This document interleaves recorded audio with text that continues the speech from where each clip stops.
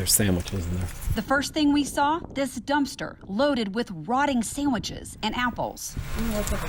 Around the corner, hidden behind a large stack of pallets, boxes of food and produce, gallons of milk, and containers of cottage cheese sitting outside.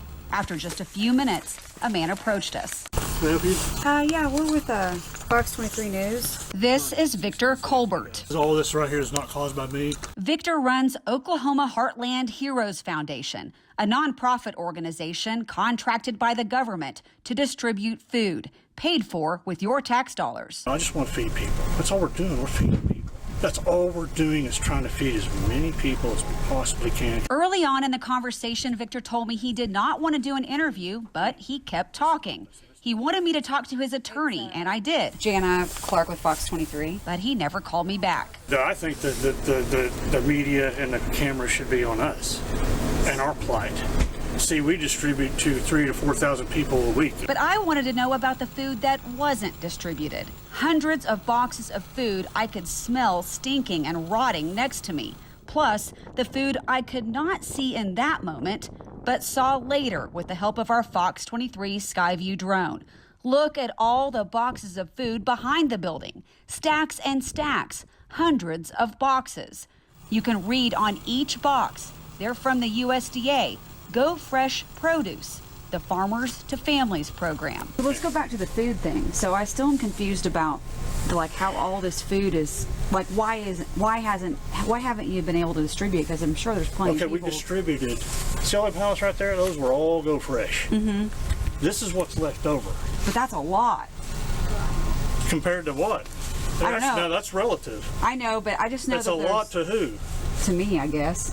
But is it a lot when you have 6 semi trucks coming in here? No, I think we did a pretty admirable job considering how many people we have working for us to distribute that much food. Victor says the government delivered more food than usual right before the winter weather hit several weeks ago. Food that was meant to go to Arkansas. If you are having trouble getting rid of it all, why not just put something on Facebook and say, hey, listen, we can't get rid of all this stuff because we don't have time. Come and get it. We have. You did put that on Facebook? Yeah. I checked his foundation's Facebook page. I didn't see any post like that. In fact, the last post was back in July.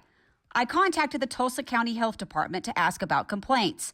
Back in September, someone complained, tons of rotten food, milk, produce. It's stinking bad. It's all over the place. An inspector took these photos that show boxes of spoiled milk.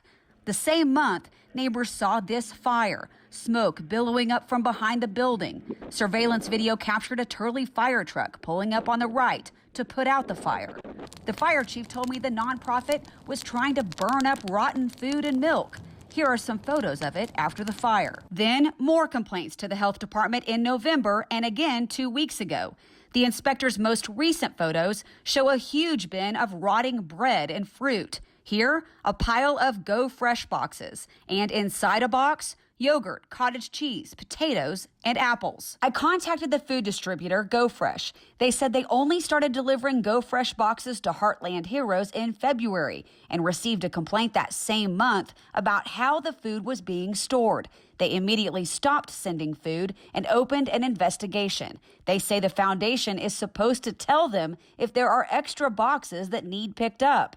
GoFresh says they won't be sending any more. Victor says he thinks some of this food can be saved. Going through, and there are apples and onions and salvageable things in here that we're going to separate, and the rest of it, the cardboard stuff and whatever's ruined in there, we just throw it away. Yeah. You know, it's just all a part of management. I mean, it's food distribution. Sometimes we're going to have food waste. Sometimes it goes bad. As for the rotted food, Victor mostly blames his neighbors, who he claims have tried to sabotage his good work. Those neighbors told me off camera that's simply not true. Right before we left, when we were getting drone video, we thought someone was throwing rocks at it. But look closely. We realized later that's broccoli. We're not doing anything wrong here. It's unfair that when you go in to do something to try to help people, that you get attacked. It's bad. Victor told me he plans to clean up this area and move his operation soon. Is your food right here? All your drinks right here? Now it's a hoarding situation. Piles of rotting food with a stench so sour it turns your stomach. and an infestation of rodents running rampant. Ugh. All right, that's a good size rat right there. Here goes another one. Brent and Shelley Crawford are the pastors of the church, Living Hope Fellowship. Was the landlord just trying to do something nice? He was trying to be helpful, but I think they just took advantage. They got their foot in, and we believe they were hiding back here. Shelley says she thought they could work together because her church gives food away to needy families every month. We tried to work with them multiple times, asked them if there was food that they needed to give out to let us do that. They did try to give us some food at one point, but it was bad. We could not give that out to the public. Shelley says the odor coming from the back of the property was their first sign of a problem. We saw piles of food just piling up, and it was smelling so bad around our church that we could not stand outside of our building, and the flies were horrible. That was in September, the same time the health department came out and took these photos. The Turley Fire Department also showed up to put out this fire you can see billowing up from behind the building. Heartland Heroes had tried to burn rotten food and milk. What was it like for you, being people that give food away, to then see all that food go to waste? Well, that's what's really heartbreaking and really hard to talk about, because there are so many families that we know in this community that would have benefited from that food being on their tables. Did your church get blamed for a lot of this? Our name is out on the sign, so what was going on back here was perceived to be Living Hope Fellowship, and it appears it was us, and it was not us. Shelley says Heartland Heroes finally left. This refrigerated trailer was still there, so Shelley called the number listed on the side. The company's been looking for it because they haven't been able to get a hold of Oklahoma Heartland Heroes. They said that they have not been paying for several months on this refrigerator truck, and that they've been looking for it. Just crying because the guy's about to take off with the truck, and we've been waiting for this for 8 months now. This is Brent's cell phone video. Shelley got emotional when the company came to pick up the trailer, and it pulled away. Finally. Brent and Shelley also felt relieved to finally get their large storage building back. For months, the church's plans have been put on hold because Heartland Heroes was using it.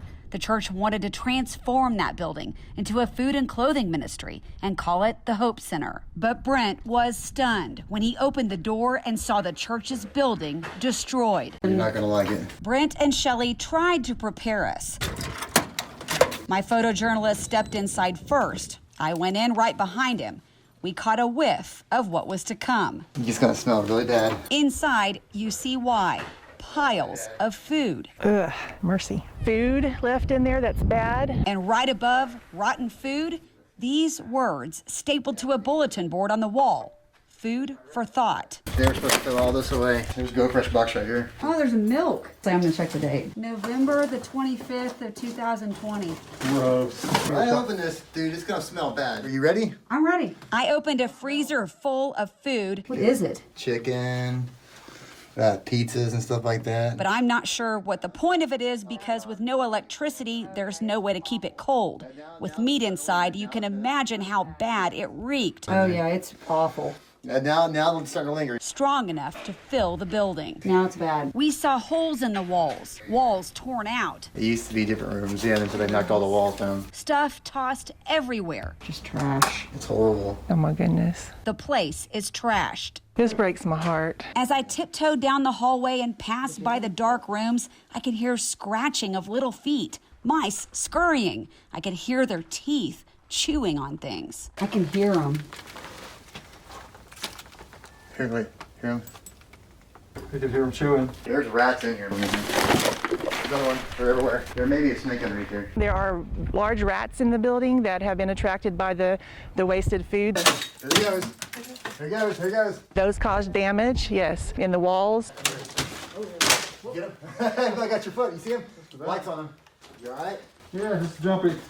I'm like, I don't need that thing up my pants. Hang on, man. I checked, and Heartland Heroes is a legitimate nonprofit registered with the state. But the USDA told me the foundation never contracted with them to receive or deliver any government food. But some of its vendors did give them food, paid for with your tax dollars. The USDA says Heartland Heroes is under investigation. Both their Facebook page and website have been taken down. But no one can answer why. Heartland Heroes keeps taking food without a proper way to store it. One thing I did find out, at the beginning of the pandemic, Heartland Heroes applied for government assistance, asking for more than $207,000 in PPP loans, but they only actually received $67,000.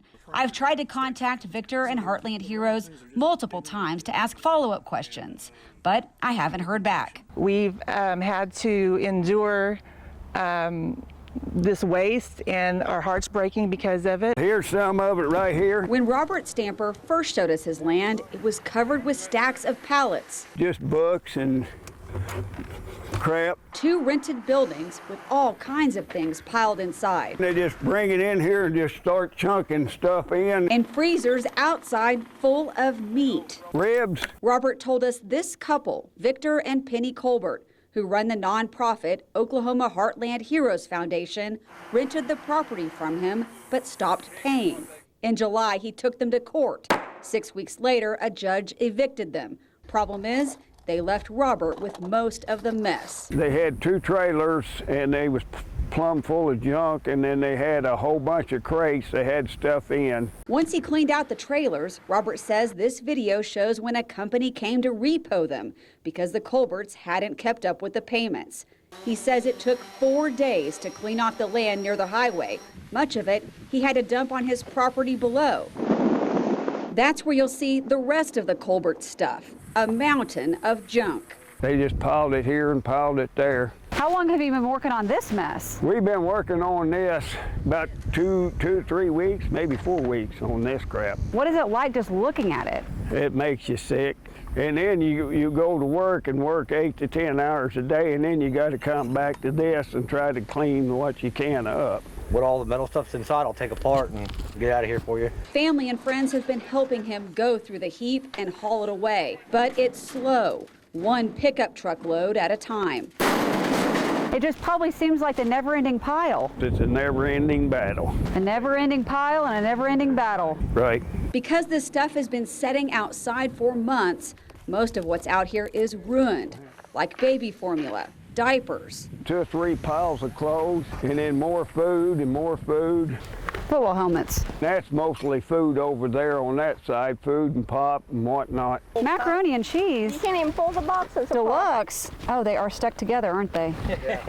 Oh, gosh. Boxes full of shoes, a lot of kid sizes. They're still in the wrapper, brand new and everything. And they just, I don't know. And bags of jewelry, rusted. It could be some of the jewelry Penny sold, like on this Facebook video she posted in 2018. If you see something that you like, all of our jewelry is lead and nickel free. It just makes you sick what they did and how they did it, how they wasted everything. In North Tulsa, I found out a lot of this wasted food was government food, paid for with your tax dollars. It was supposed to be given to needy families. The only time I've been able to reach the Colberts was when I talked to Victor last spring in North Tulsa. It's getting trying for me to try to defend myself all the time when I haven't done nothing wrong. Robert says the Colberts still live nearby. The only person who came outside was their nephew. We first encountered him in North Tulsa. He threw broccoli at our drone. This time, when we were getting drone video in Turleton, that same guy tried to stop us. He confronted our drone pilot. I'm gonna call the police. He blocked our drone pilot, then stepped on the drone and tried to smack it out of his hand. What is your take on this whole thing? Well, what gets me, they can get away with it, but they leave the crap behind for you to use your own money to clean it up. Once they get caught, oh well, they blow it off and then hide or whatnot, even though she's got a warrant for her arrest. Penny's wanted in Tulsa County for taking almost $29,000 from the Tulsa Dream Center and never giving them any of the food they bought. Pastor Rusty Gunn says the same thing happened to his church, and he filed a police report against Heartland Heroes last month. I see the potential danger that these people could continue to cause. Robert says even though the Colberts left a ton of junk behind, they took a surprising amount of stuff with them to their next stop. You could see them loading up and moving from that part, going somewhere else, but where they went, I don't know. You wish you could warn the next person? Right. Right, and if I know where they was at, I'd run right over there and talk to them as quick as I could and let them know. That way they could see what kind of people they really are. But they're good talkers, I'll tell you that. For now, Robert says he will just keep chipping away. Oh well.